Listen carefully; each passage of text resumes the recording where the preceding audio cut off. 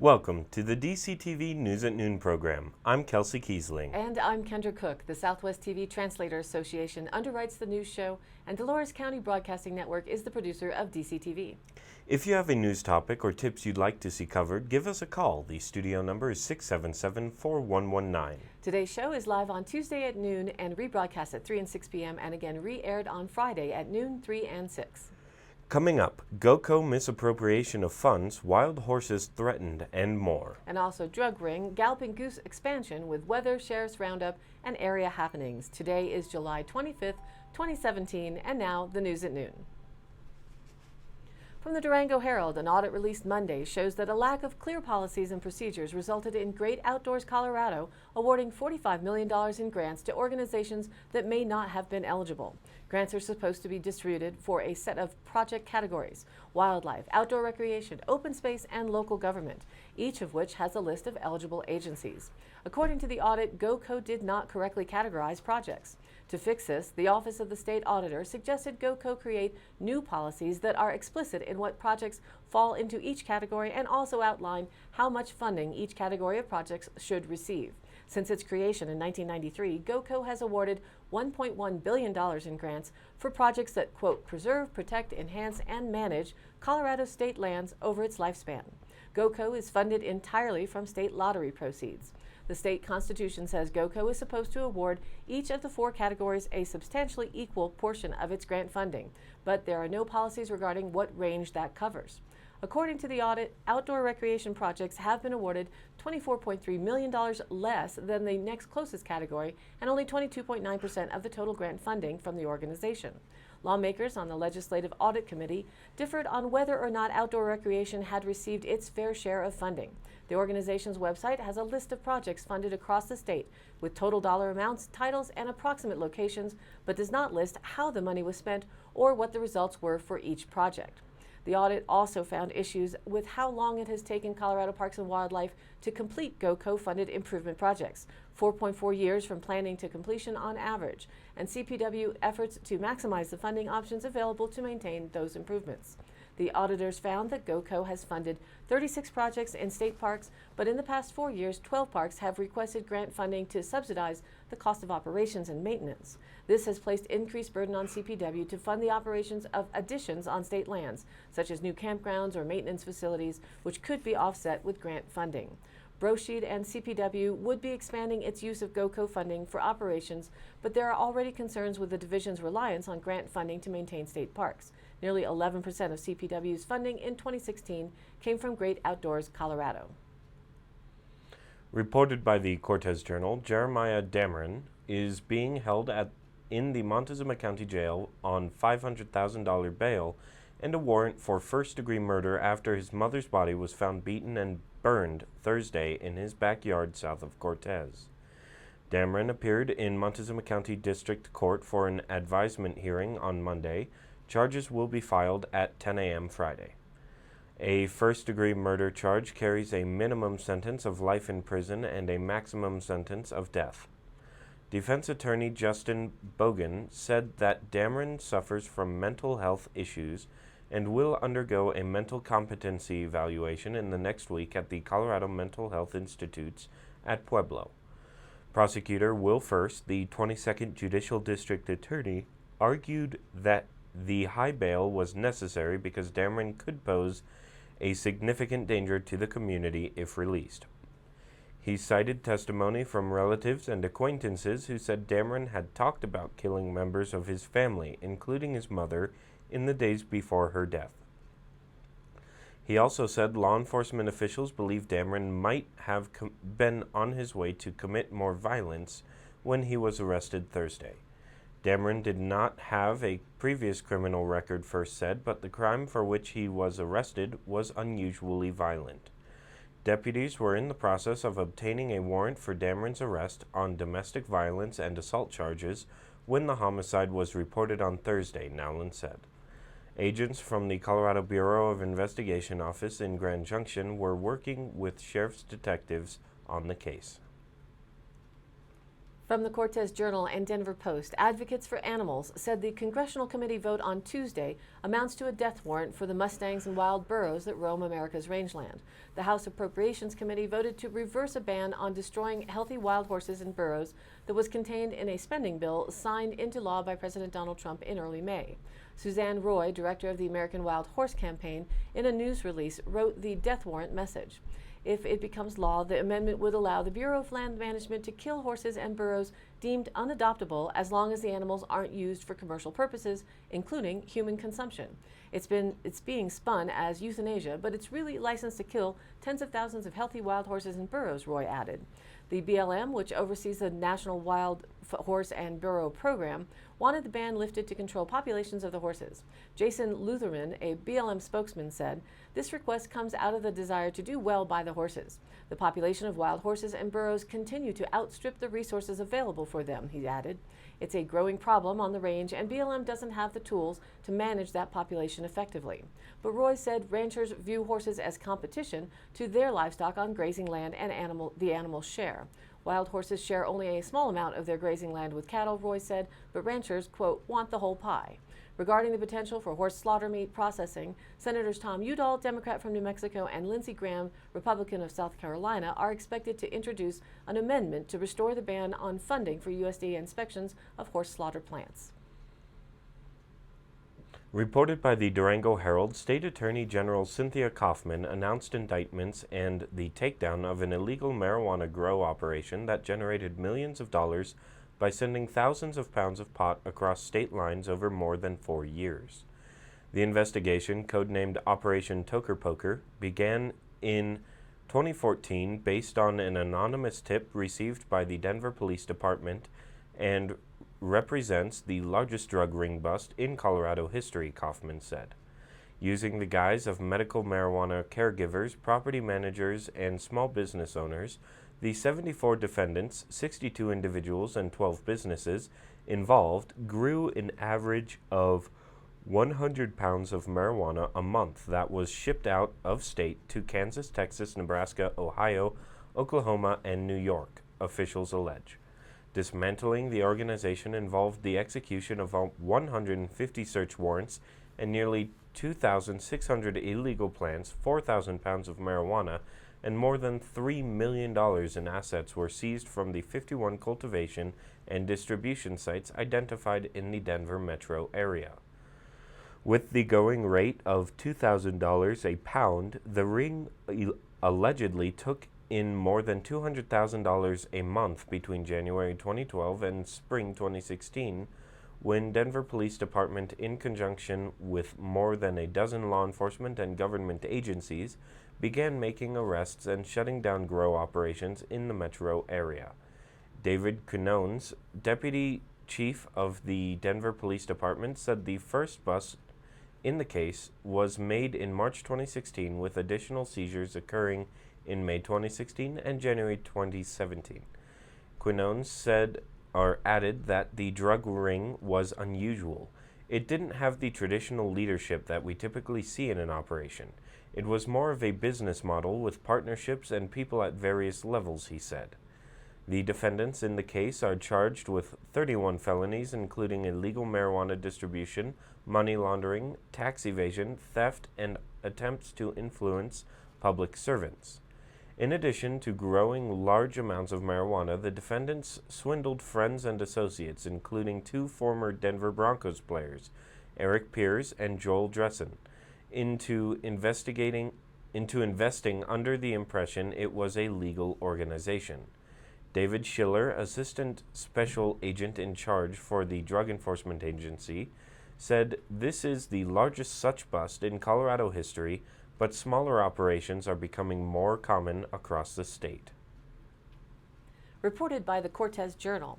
After making a 1,000-mile drive to Seguin, Texas, July 22nd, an all-star team made up of players from the Four Corners took on state champion teams from New Mexico and Louisiana. The cross-state games were made possible after the Southwest Colorado all-star team, made up of 15-year-old and 16-year-old players from Dolores, Dove Creek, and Cortez, won the Colorado State Championship for the second consecutive season. Opening the regional tournament in Texas against the New Mexico State champions, Southwest Colorado fell behind early and never recovered during an 11-1 loss. Quote, "We came into Texas a day early to attempt to adjust to the heat and humidity, and we had a good practice on Friday," said Southwest Colorado manager Tim Pacell. The players were definitely feeling the pressure in the first game against New Mexico, and we never really got our offensive clicking, he said. Even so, it was a more competitive game than the score showed.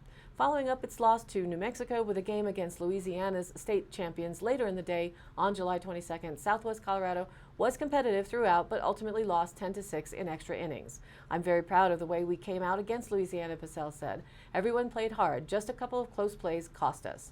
With its season now complete, the Southwest Colorado senior baseball team will look ahead to next season, during which it will attempt to win its third consecutive state championship. Quote, "I'm extremely proud of our players and coaches," Pacell said. "Our players will be bringing a tough and hungry attitude back to their high schools due to this experience." Reported by the Cortez Journal, farmers and ranchers have until August 1st to nominate eligible candidates to serve on local Farm Service Agency county committees, according to a news release Tuesday from the U.S. Department of Agriculture. County committees are made up of farmers and ranchers elected by other producers in their communities to guide the delivery of farm programs at the local level. Committee members play a critical role in the day-to-day operations of FSA. Committees consist of 3 to 11 members and meet once a month or as needed to make important decisions on disaster and conservation programs, emergency programs, commodity price support, loan programs, county office employment, and other agricultural issues. Members serve 3-year terms. Nationwide, more than 7,700 farmers and ranchers serve on FSA county committees. To be eligible to serve on a county committee, a person must participate or cooperate in an agency-administered program and reside in the local administrative area where the election is being held.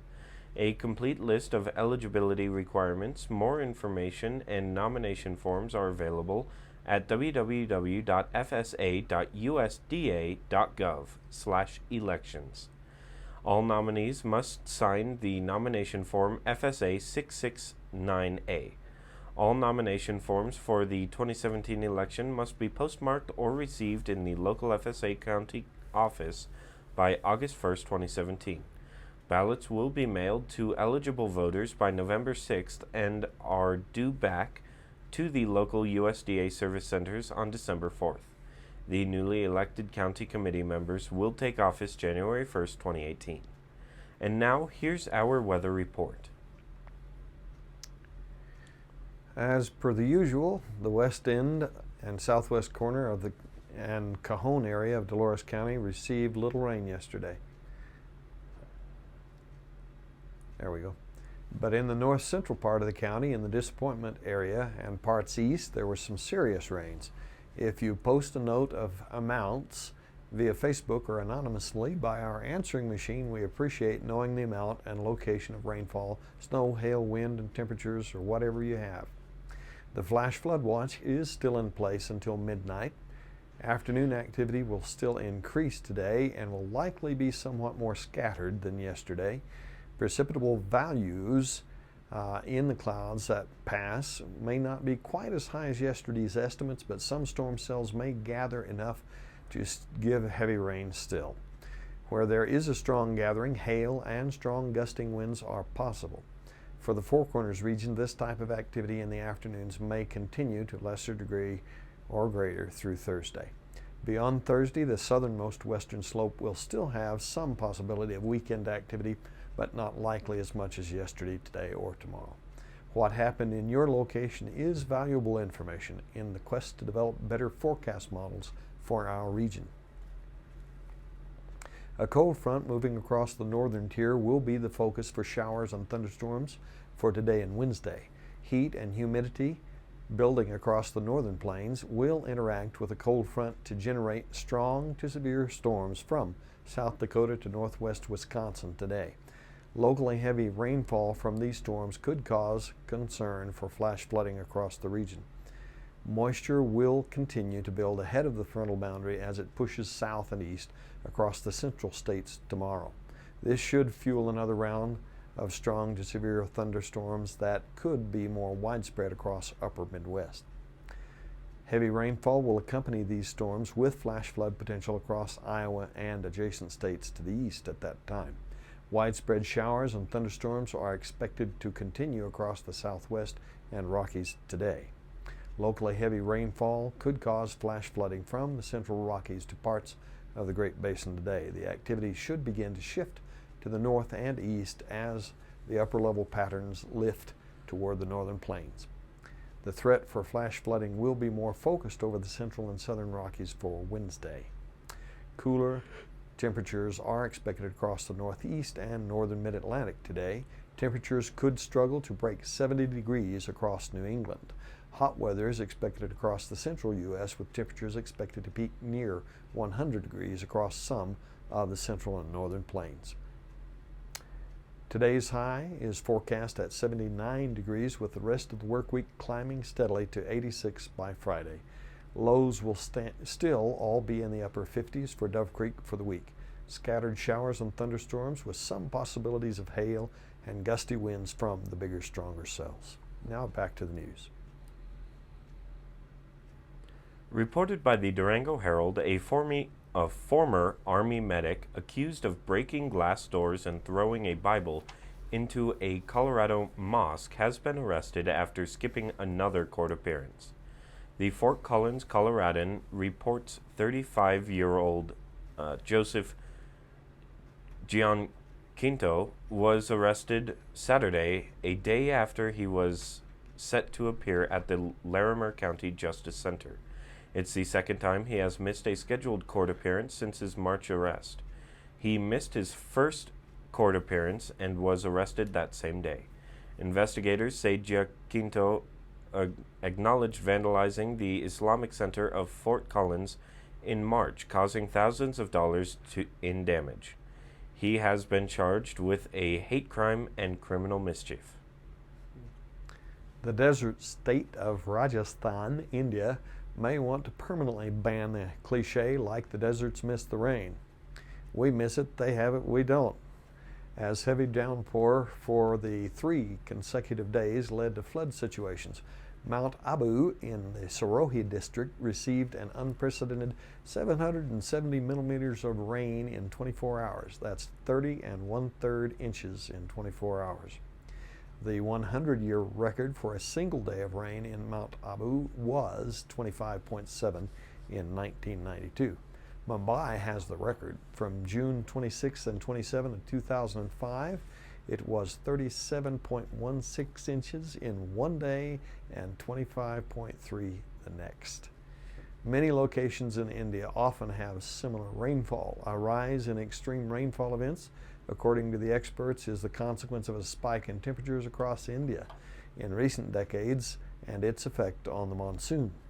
This short bit I read searching for info on the subject of just what is a real monsoon. Ours seem somewhat lacking from the feedback I get from guests and newcomers to the area. What does a real monsoon look like? Well, that's the extremes. Tomorrow, some other day, we'll look at the averages. Reported by the Cortez Journal, the Galloping Goose Historical Society of Dolores will celebrate its 30th anniversary at this year's Escalante Days on Saturday, August 12th. Free rides on Goose number 5 will be offered all day, with birthday cake served at 2 p.m., according to a July 12th news release. The Society is also holding a fundraiser all summer. Donations made between now and the annual meeting on September 9th will be matched by a member of the Society. Each person who gives a donation of $30 will receive a newly designed commemorative GGHS pin depicting Goose number 5 going over Lizard Head Pass. The Society has also scheduled excursions this summer and fall on the Cumbres and Toltec Scenic Railroad. This historic narrow-gauge line crosses the Colorado-New Mexico state line 11 times. At 64 miles in length, it is the highest and longest steam railroad in North America. Goose number 5 will run full-day excursions between Chalma, New Mexico, and Antonito, Colorado, on July 27th, 28th, and 29th. On Sunday, July 30th, the train will offer shorter runs to Cumbridge Pass, including an evening run. Tickets were still available at the time of the release. Later in the year, the Goose will be running excursions from September 22nd through 25th and again September 28th through October 1st. Goose number 5 operated on the Rio Grande Southern Railroad for nearly 20 years during and after the Great Depression. The Rotary Club of Dolores purchased Goose number 5 and displayed it in the town's park. The Galloping Goose Historical Society was founded in 1987. Volunteers restored Goose number 5 to operating condition and took it on its first excursion as a historic motor car in May 1998. In another marijuana moment from the Cannabis.co, a diverse cadre of cannabis advocates filed a federal lawsuit Monday challenging the constitutionality of the Controlled Substance Act, or CSA, as it pertains to marijuana. Attorney General Jeff Sessions and Drug Enforcement Agency Acting Administrator Charles Rosenberg were named as defendants in the lawsuit brought by a former NFL player, 2 children using medical marijuana, an Iraq war vet with post-traumatic stress disorder, and a social justice nonprofit organization. The CSA's classification of cannabis as a Schedule I substance, a designation reserved for the most dangerous substances, including heroin, LSD, and mescaline, is so, quote, irrational that it violates the U.S. Constitution, plaintiffs claim. The 89-page complaint, filed in the Southern District of New York by attorney Michael S. Hiller, further claims that the federal government does not believe and never has believed that cannabis meets or ever met the 3 Schedule I requirements: high potential for abuse, no medical use and treatment, and no ability to be used or tested safely even under medical supervision. Quote, indeed, the federal government has admitted repeatedly in writing and implemented national policy reflecting that cannabis does in fact have medical uses and can be used and tested safely under medical supervision, the complaint states. On that basis, the federal government has exploited cannabis economically for more than a decade by securing a medical cannabis patent and entering into license agreements with medical licensees. The lawsuit goes on to state that the 1970 CSA, as it pertains to cannabis, was enacted and subsequently implemented not to stop the spread of a dangerous drug, but instead to suppress the rights of African Americans and Vietnam War protesters.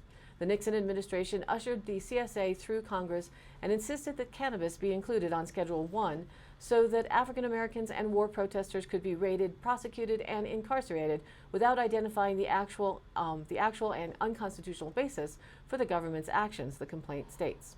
The lawsuit seeks a declaration that the CSA is unconstitutional. A ruling in the plaintiff's favor would not nullify the law, but instead put a permanent injunction against enforcement of the law as it pertains to marijuana. New York's Cannabis Cultural Association is a 501c3 nonprofit helping marginalized and underrepresented communities engage in the legal cannabis industry, fighting for criminal justice reform, improving access to medical cannabis, and advocating for adult use legalization. The group contends that the CSA was enacted and enforced in a discriminatory manner, historically targeting populations of color, and today prevents them from participating in the legal cannabis industry. And now for the Dolores County Sheriff's Roundup for the week of July 17th through the 23rd. A resident reported losing a receiver hitch off of their vehicle. If you find a hitch, please notify the sheriff's office so we can return it to their rightful owner.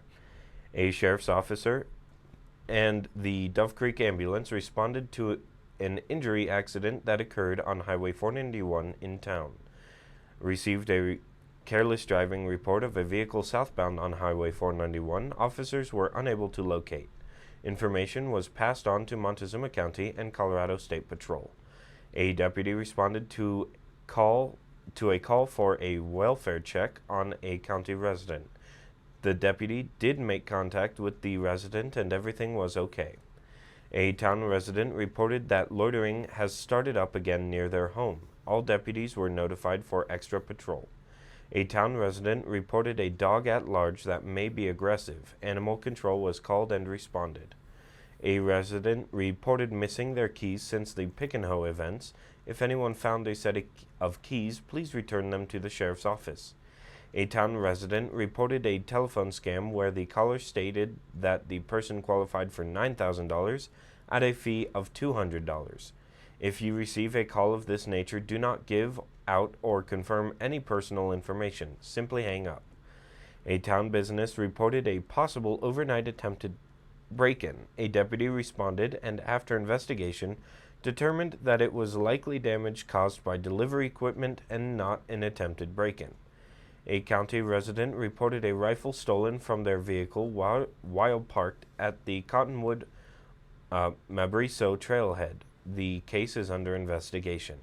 That's it for today's roundup. Stay tuned for continuing updates.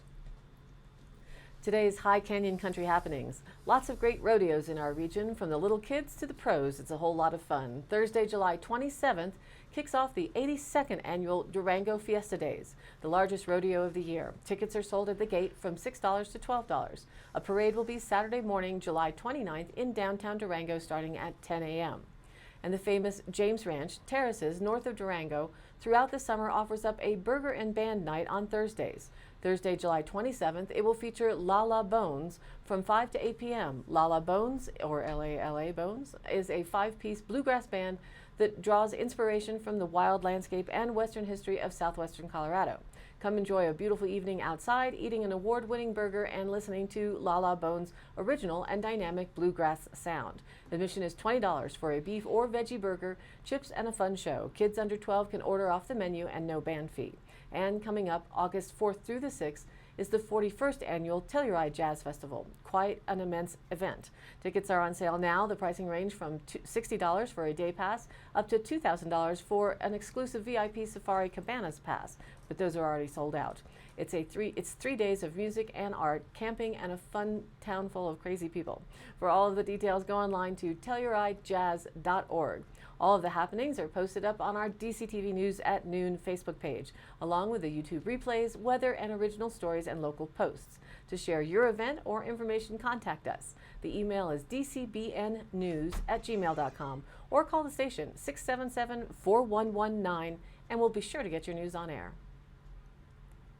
Thanks for tuning in. News at Noon airs live at noon Monday through Wednesday, then rebroadcast at 3 and 6 p.m. and again re-aired Thursday, Friday, and Saturday in the same order at noon, 3, and 6. And be sure to check out DCTV News at Noon on Facebook. Please like us there and share it with a friend. For Kendra Cook, Jerry Tope, and everyone at DCTV with the News at Noon program out of Dove Creek, USA, I'm Kelsey Kiesling. Thanks for watching.